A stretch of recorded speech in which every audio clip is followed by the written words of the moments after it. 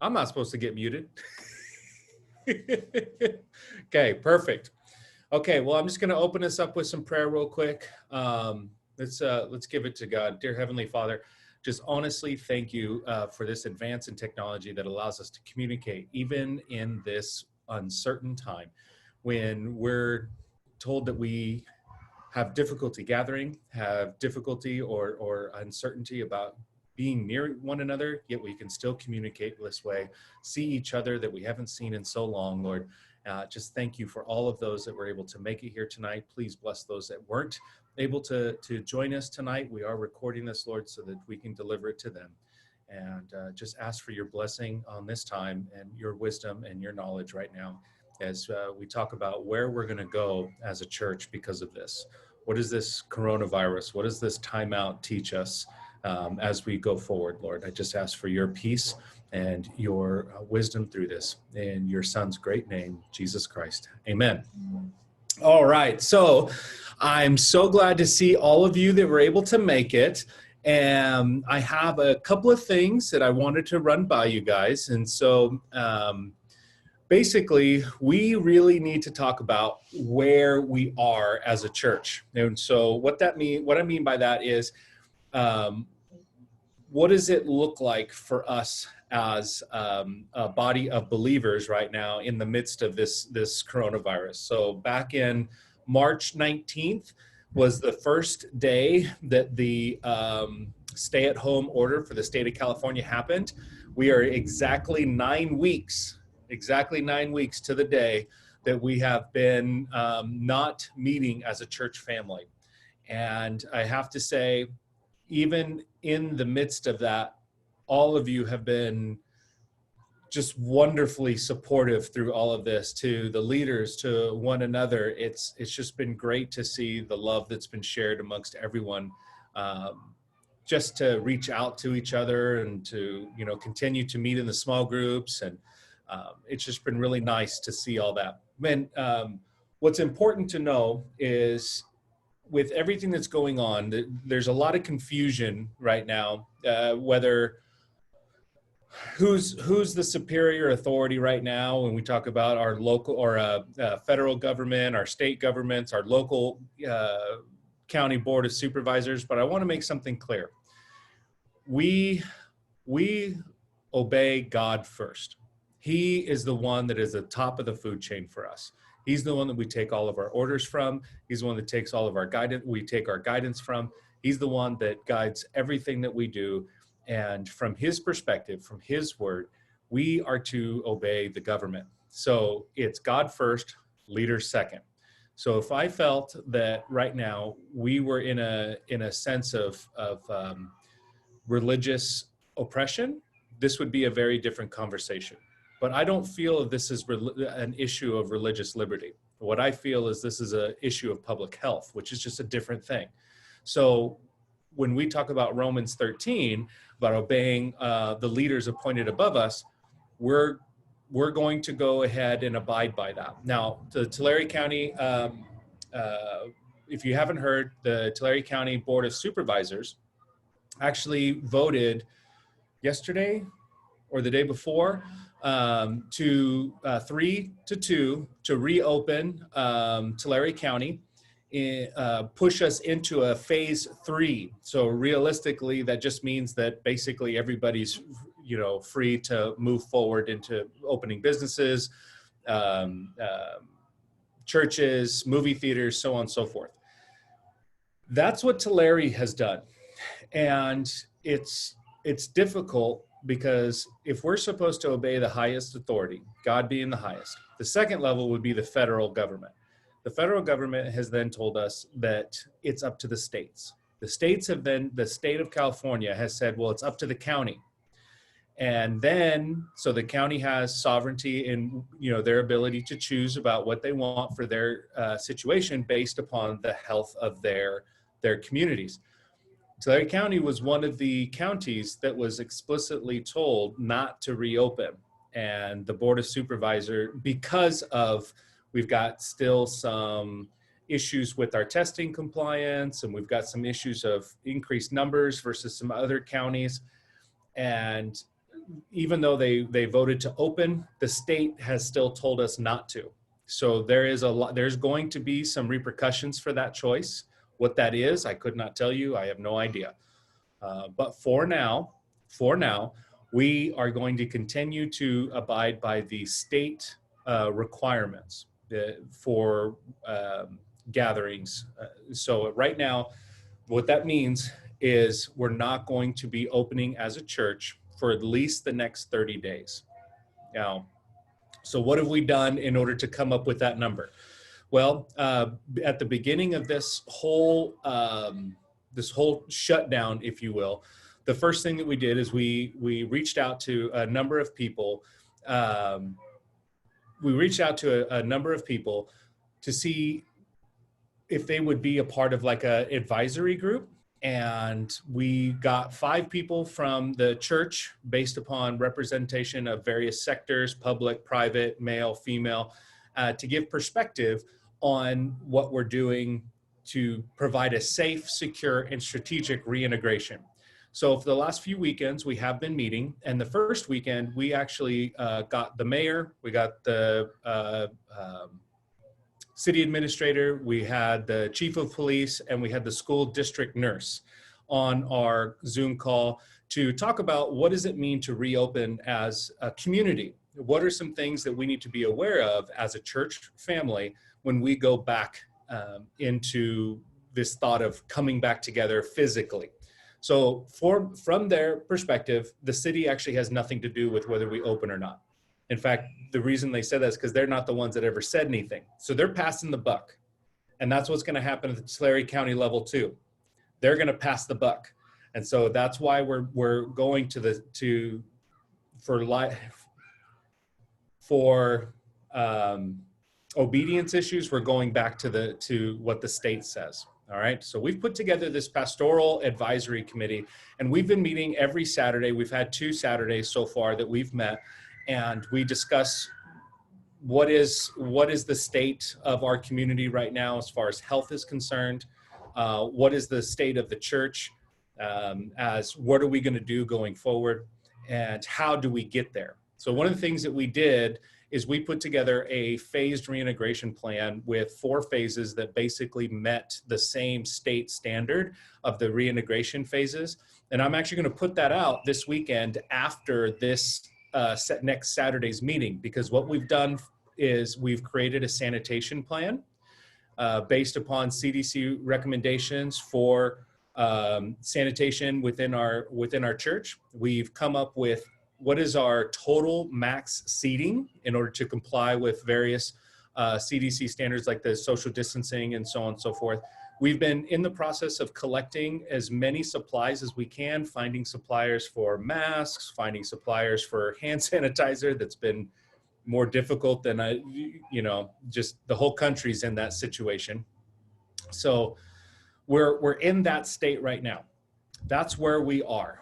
And we don't have a date about when we're going to open. And the reason we don't have a date is because the state hasn't made any change in that. So we're doing a 30-day rolling review. And what this is going to allow us to do, so let's say Saturday when the group gets together and we look at the state of the county, look at the state of the church. And by the way, we're taking into account that survey that you guys all filled out, whether, how you guys felt about all of this. We're taking that into account. And it's being reevaluated every week to see about that 30-day. With that 30-day window, that'll give us time to establish better procedures, get those locked down, get the supplies that we need, and get everything ready for kind of like a big, like, hey, we're back, come back Sunday kind of an idea. And so we'll get that. Well, the next thing I want to say is, where are we going? So if this is where we are, here's the current state of the church. We're kind of still on this observance of the stay-at-home stuff. So we don't have a date about coming back yet. So what are we going to do? Where are we going with all this? Well, I want to state what is our mission and what is our vision for Rocky Hill Community Church. And the mission of Rocky Hill Community Church is the mission that Christ has laid forward before us. Okay. The mission of Rocky Hill Church is to love God and to love others. That is the first and greatest commandment, and all of the laws and the prophets rest on that. That is just not my choice. That shouldn't be another church's choice or another leader's choice. That's God's call for us, is to be committed to the great commandment and additionally the Great Commission. The Great Commission is go, therefore, make disciples of all nations, baptizing them in the name of the Father, the Son, and the Holy Spirit, teaching them to obey all that I have taught you, and I will be with you until the end of age. So as long as our mission is about fulfilling both of those, we can't go wrong, because a great commitment to the Great Commandment and the Great Commission will build a great church. So that's what we're going to do. That's as far as our mission is concerned. Now, the vision of the church, what does it look like if we adhere to those things, has changed. Coronavirus has put different constraints into what does that look like going forward in the future. It's important to know that we're not actually being told to stay closed. This isn't necessarily a religious liberty attack. We will open the doors. What is important is that we're learning how to love God and love others through this process. And we want to take this time and make sure that in this moment, that this is a moment where we either learn a new skill, learn how to be a better husband or wife, learn how to be closer to God, or learn how to be closer to one another. If we're not coming out of this with some benefit of a closer relationship with God, then unfortunately we've wasted our time, because we've had a societal timeout right now to kind of focus on what does it mean to be a Christian. And that's something we're going to talk about more as we go forward. One thing I think is important is that in order for us to get to this stability of the church, whatever that stability looks like, it's that we make progress to get there. And so the very first thing that I think is important for all of us is our small groups. If we want to get into a closer relationship with God and to other people, we need to focus on our small groups ministry. Something that churches have learned across the country is that they are finding more recommitments and commitments to Christ now more than ever in their history as a church, because people are not relying on this 1 hour, 1 hour and a half, 2 hours of teaching. They're living differently. They're able to come together in a different way, a little bit more comfortable. Guards are down. And some churches are, in the last 10 weeks have even recorded thousands of salvations because of this timeout. And so we're going to focus on small groups and reintegrating that way. It's going to be a slow, steady reintegration. And I think that within the next 2 weeks, it's important that we all find a way to be a part of our small groups if we haven't been a part of them this whole time. We want to make sure that we are building relationships, because that's the key. It's building the relationships with everyone and for the love of everyone. So we're going to build a safe, secure, and strategic plan of reintegrating through our small groups process. So that'll be in most likely, if you guys are up for it, whoever feels comfortable. I think that it's important that we give this Tulare County supervisor's decision just a couple of weeks to kind of find out how things go. And I think we should all start considering how we can come into a small group together, either physically or still online, and start looking at how we execute those small groups. Instead of, just having book studies or subject studies, we can have application studies where we take the weekend's message and then we discuss it amongst each other to find out how we can directly apply it to our lives throughout the week. We want to focus on the small groups, and I think we need to get back to our basics of what does it mean to even be Rocky Hill. That's something that I've been trying to discover myself this entire time. The question that we've been asked, would the community miss Rocky Hill Community Church if we were to never open the doors again? That's a big question. That's a huge question. And what that calls into question mainly is who we are as a church. Are we being people that are representative of Christ in our communities? Doesn't have to be Exeter, it could be Visalia, Tulare, Woodlake, Ivanhoe, Lindsay, it doesn't matter. Are we being effective disciples? Are we being effective disciple makers? Are we living out that mission of Christ that he's called us to live? And so those are things that are really important to me. And I think it's really important to Christ that we follow those guidelines. And I think that it's really important that we go through that together as a church family. So that's really where we are. What we want to get to, which is coming back to church, and some of the steps that we're going to take is a slow reintegration through our small groups. When people feel comfortable in order to come together in a small group, and the more that we can build those, that will show that we're comfortable coming back into a large group. Because it's not, my biggest concern is safety. That's my biggest concern. And I think I've said that before in some of the messages and some of the announcements, that safety is my number one issue. And I understand that others are at more risk than other people. This is what happened just 2 days ago. The CDC put this out, and it was a church in Georgia. The church in Georgia was allowed to come back and meet. It was a congregation of 97 people. 2 people showed up to the church. They were having no symptoms of anything. They did not feel under the weather. They had no temperature. They didn't feel sick. They didn't have anything going on. They went to church. Within 5 days, 85 people tested positive for coronavirus. Out of those 85, 3 died within 2 weeks because 2 people showed up to the church service. Now that's one example, and there have been many other examples of people having successful reopenings of the doors. There's been plenty of those. But imagine what's going to happen within our community if they find out, look what happened at Rocky Hill Church. If we are people that propagate this virus, it's not going to be a good thing. People are going to watch the church right now for these stories about infections. They're not going to watch the movie theaters. They're not going to watch concerts. What they're going to watch is the church. And that's going to be a big PR issue about spreading the gospel, how effective it is for us to share that with other people if we become those hypocrites. I was hearing a story today about a church that was burned down because they wanted the doors to be shut, because people are trying to deface the image of the church right now. So what can we do in the meantime? That's what we're trying to do right now with building the small groups, slowly reintegrating with each other. So that's really what I had to say.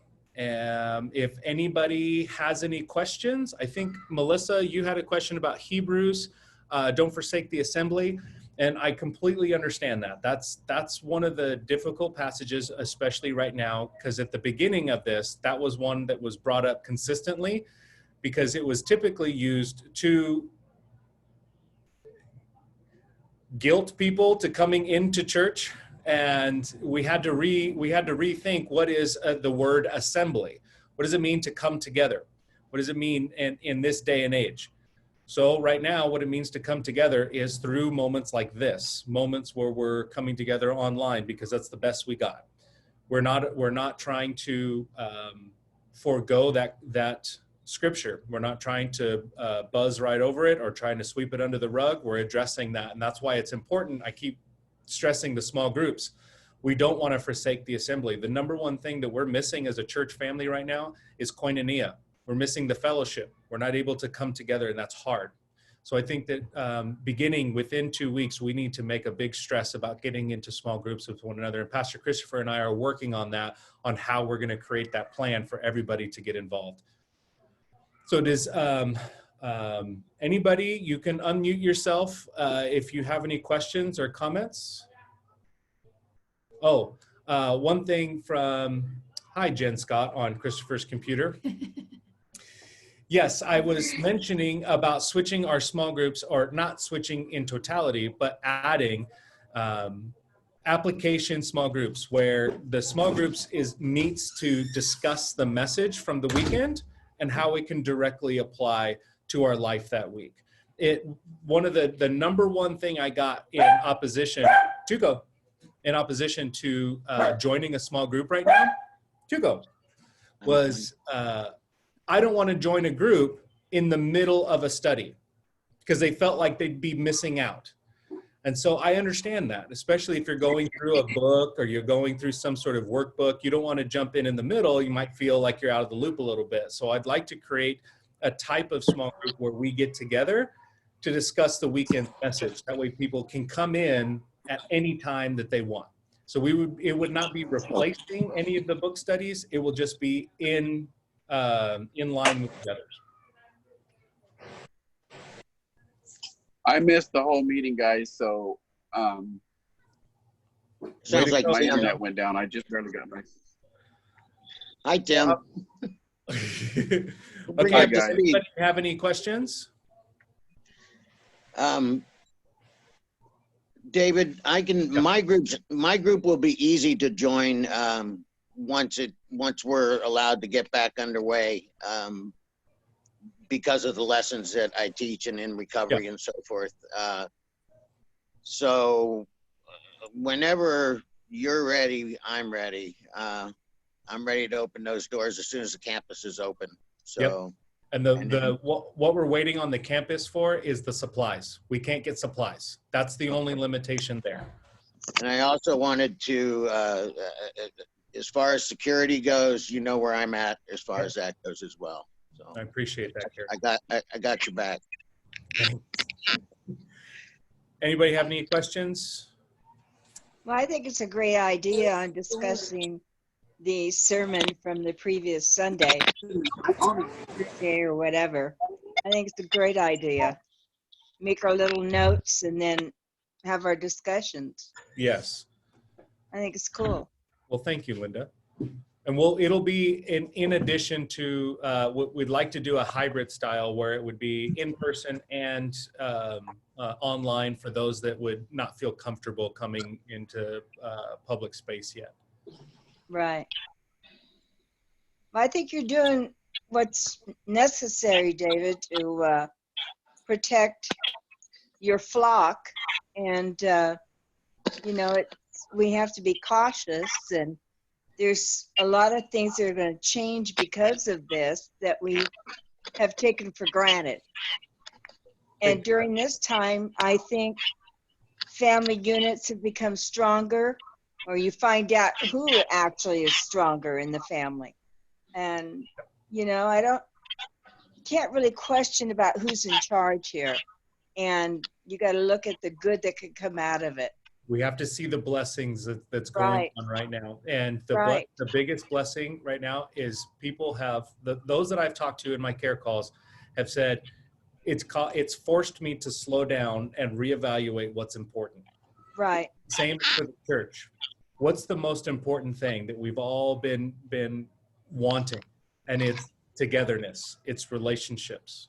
It hasn't been the stage. It hasn't been the food. It hasn't been anything other than wanting to be around each other. So that, and you find out who is actually really a part of your life after a while. I had already as you know, David, I've already isolated myself 2 years before I moved. When I moved back here 2 years ago. Yeah. So this isn't new for me. I just have to be more cautious than most people. But you become very grateful for the moments that God blesses you. I mean, there are moments every day. exactly. And so you look at those the are the small things that we need things. to. Yeah, you don't all realize. take things for granted anymore. You really don't. You can't. Thank you, Linda. Is there anyone else that has anything? So David, I have a question. Go for it.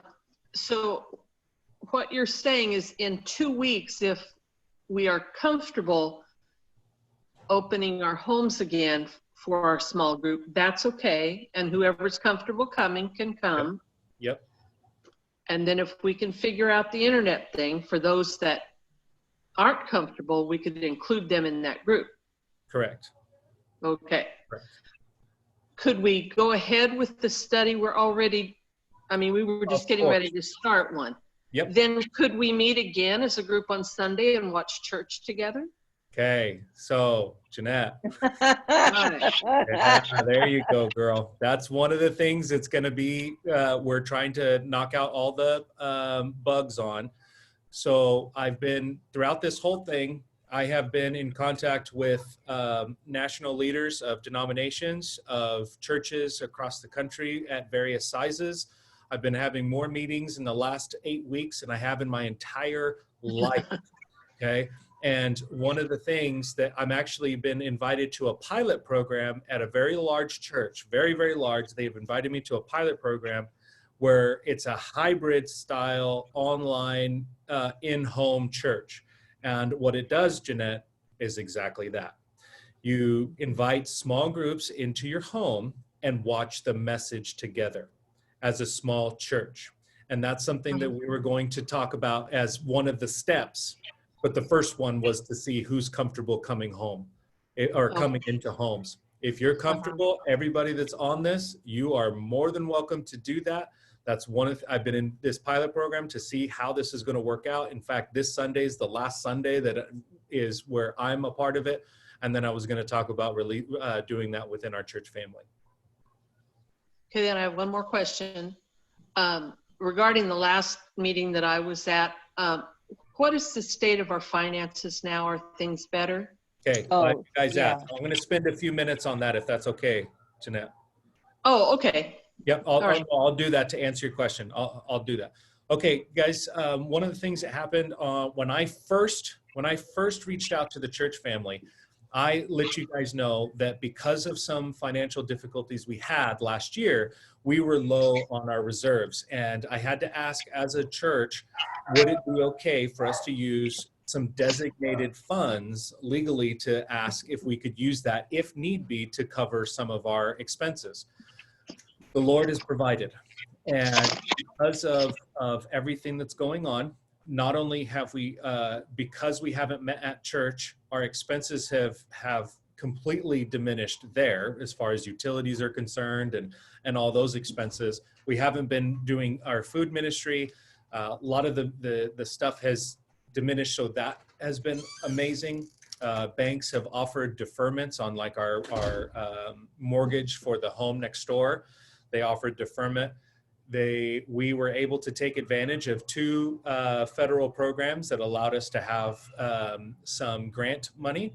One of them being the emergency injury disaster loan from the Small Business Association. They were able to give us a portion of that will be granted at the end of our the next grants time period of 8 weeks. We got the PPP, which is the Payroll Protection Program. We were allotted that. That is going to get us, we are not going to have any more problems for the rest of the year. I can tell you that. As long as I don't spend any money, okay? We're going to be just fine. And especially because everybody in our church family has continued to support the ministry. And really what it's done is it's allowed us to invest in some technology so we can continue this online for those that do like it, that do want to take advantage of that. I've already had families that have made specific donations that you would normally think are completely healthy, but they are immunocompromised and they appreciate that we're going to be continuing this so that they can stay home and be with their family and participate in church. So we are doing much better than expected. We haven't had to touch anything and we've been building our reserves. We will be okay for the rest of the year.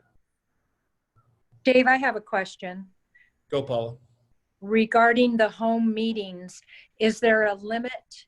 Is the government limiting us to a certain amount of people? As of right now, it's still 10 people or less. Okay. That I can't, what I would do as a church leader is I will tell you 10 or less. If you choose to have 20 or 30, that's fine. Okay. But for me, what I'll put out as a policy is that we're taking that stance of, sticking to the phased reintegration of the state. And right now they have it at 10. Okay. But you can, I mean, it's your home, Paula. You know what I'm saying? Yeah. We'll have a rally. Do it. Okay. Thank you. Absolutely. Anything else from anyone?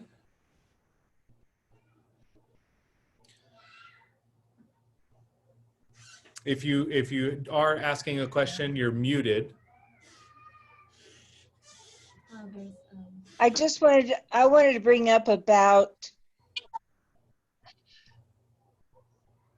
how do I want to say this? You know, we always had food and stuff. With this virus now, that's something we may have to consider not having. Okay, one of the things that is on the table right now, Linda, is what does the image of Rocky Hill do for Rocky Hill right now? How does it help us accomplish both the Great Commission and the Great Commandment and the Great Commission?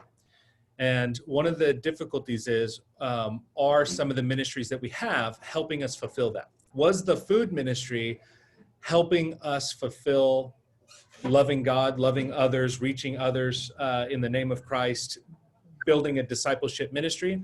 Or was that distracting from it? And we had to really think about that.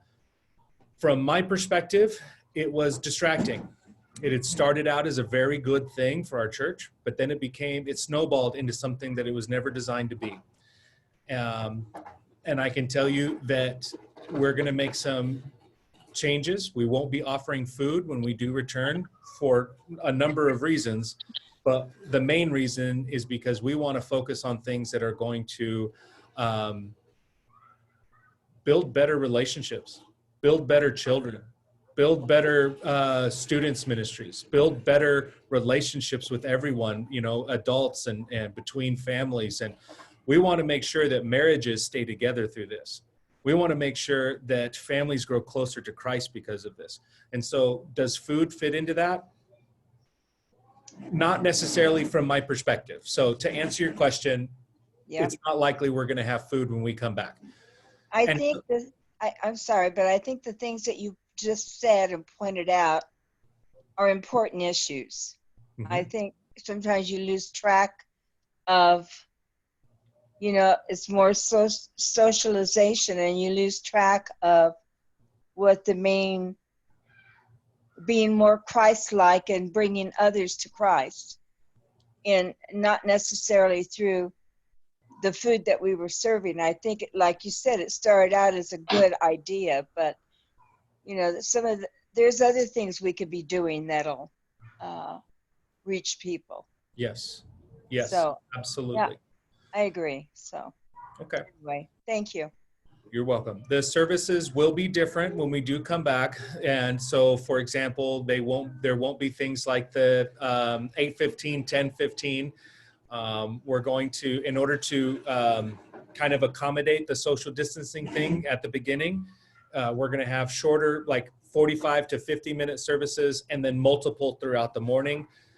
How we're going to make that happen, that's up for grabs right now, because we have many people across the country are trying various things, and nobody really knows how effective it is yet. So we're just kind of listening to what Georgia, Louisiana, Texas, Wisconsin, what those states are doing to see how effective their reopening strategies are. Anybody else? David, I just want to go back to when this virus first started. I got extremely ill, and I just wanted to thank the church for sending over the things that they sent over, and helping to get me back up on my feet. And so those, Carolyn and Amy and yourself, that helped me get back together, get myself back into healthy state here. I just wanted to thank all you guys for helping me out there. Absolutely, Gary. And like I said, that's what the church is about. It's about showing people the love of Christ. And so we need to make sure that that's what we're doing. Anyone else have any comments or concerns? Hey, David. I just had one last thing to say before I have to go. But David, God bless you for stepping up to the plate. You took over at a time that no leader before you has experienced, and you're doing a good job. God bless you. Linda. I pray for you daily. So I appreciate you, and I'm sure all of us do. Amen. We do. So just keep plugging along. We're here for you. I appreciate that. Okay. Steve, Gotta go. So God bless all of you guys. you as well, Linda. We'll talk to you soon. Okay. Thank you. Stephen, you had something? I have a question. Can you hear me, David? One sec, Janice. Stephen, you're still muted. I'll unmute you. There you go. Can you hear me? David, you, Jordan, Carolyn, I wanted to compliment you on the services. They've been amazing. I have had technical difficulties for the last few weeks. Actually, my computer was down for 2 weeks. So it's nice to be back and nice to see you all. And I do want to compliment you on how this is going. It's amazing. They're wonderful, cohesive services, the music, the teachings for the kids. Carolyn, you're holding it up, girl. What Chris, Carolyn's are you doing? at school right now? Say again? I was looking at Christy's box. Are you at school? Oh, that's just her house. No. It looks like it's school. We homeschool. I love all of you too. No, I've said enough. Yeah, we homeschool, so it is our school and our kitchen. So I like that. Nice. Okay, Janice, you had something? Yeah, I was going to ask, do we have people that need anything right now? Okay. Or do we need to contact any people? I know for a while I was calling people and praying with them or asking them if they need any help, but I haven't had anybody call me and ask me if I would call people for quite a while. Okay. And I'm just wondering, do we?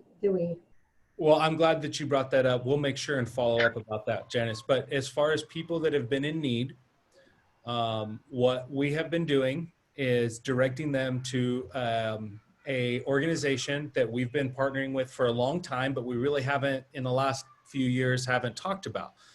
So immediately when this happened, I mean, Janice, I think you were there. We met with the representative for Love in the Name of Christ, Tulare County Love, Inc. And what they do is they're a clearinghouse allowing those that are in need to get access to food, financial resources, housing resources immediately, like in a disaster or emergency situation, they're able to be there and help. So because of our, we haven't had a policy or procedure set up for benevolence before. This kind of just came out of nowhere for us to try to put something together. They actually already have the means together. And we've been, if Amy, who's been helping us with the care calls, has found out that anybody's been in need, she makes the connection so that they can get help, whether it's financial needs, you know, help with rent, help with utilities, help finding, you know, food or anything, getting groceries, or like today, I went to the church house and I grabbed a bunch of toilet paper because one of our church families actually got coronavirus 2 days ago, and they're all quarantined for the next 14 days and they're about to run out of TP. So, so yeah, to answer your question, if they're in need, we're having them go to Love Incorporated because they have better resources than we have right now because we haven't had anything set up prior. If you haven't gotten any calls about calling anybody again, we will follow up with that, Janice, and we'll get in contact with you and anybody else that would like to participate in that. Thank you.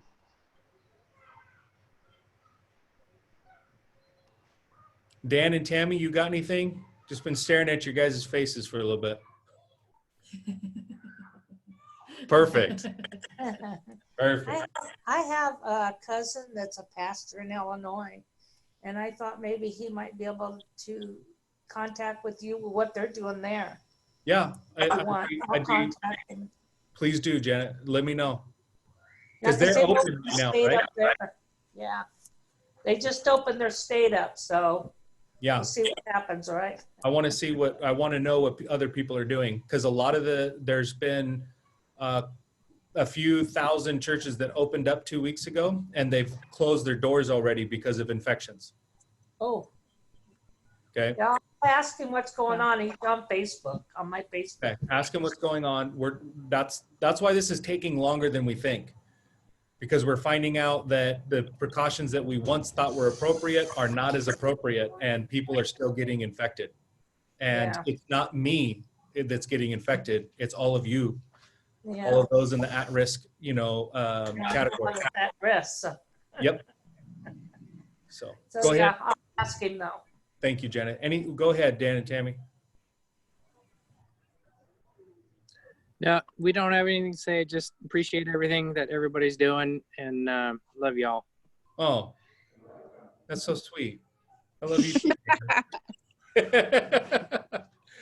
We really appreciate what you've done, Tammy. The lives that you've already touched, including my wife's, they can't stop talking about how much of an influence you've been to them. So just thank you for what you've done in the small groups to that. You've been quite a representative of Christ to them. It's been beautiful. So thank you. Oh, thank you. I love our group. Like, love them. Good. Yeah. Oh, Carolyn. Okay. David? So it's been about an hour. Does anybody have anything else that they've got questions about? David, Yeah. so in regard to the supplies you talked about earlier, I'm assuming a big part of that is the cleaning supplies?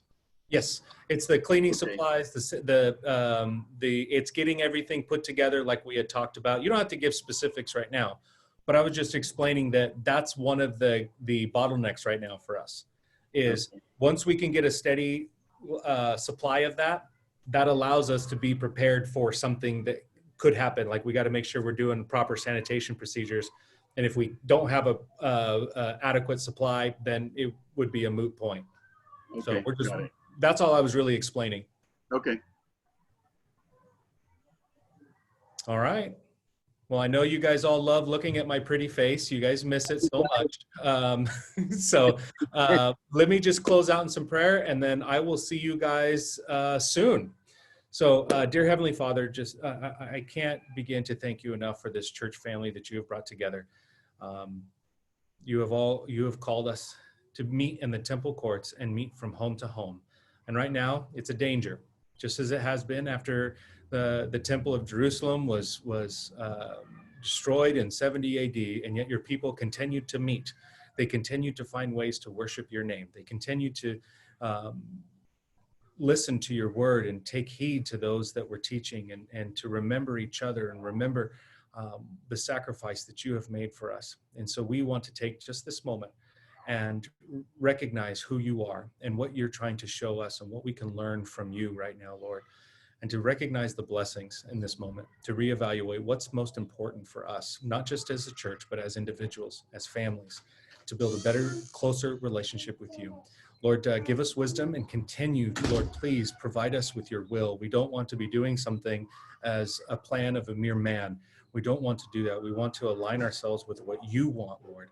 So help illuminate that in our minds, and for those leaders that are having to make those same decisions across the country. Give us all of your wisdom to know that we are following your footsteps, what you want us to do, Lord. I just pray this in your son's great name, Jesus Christ. Amen. All right, guys, if you know anyone that wants to see this, we did record it, so we'll be putting it on YouTube, and love you all. I'm going to go do stuff. Probably play video games. Eat dinner. God bless dinner. you. God bless you. God bless you both. Thank you very much, Sandy. Appreciate you.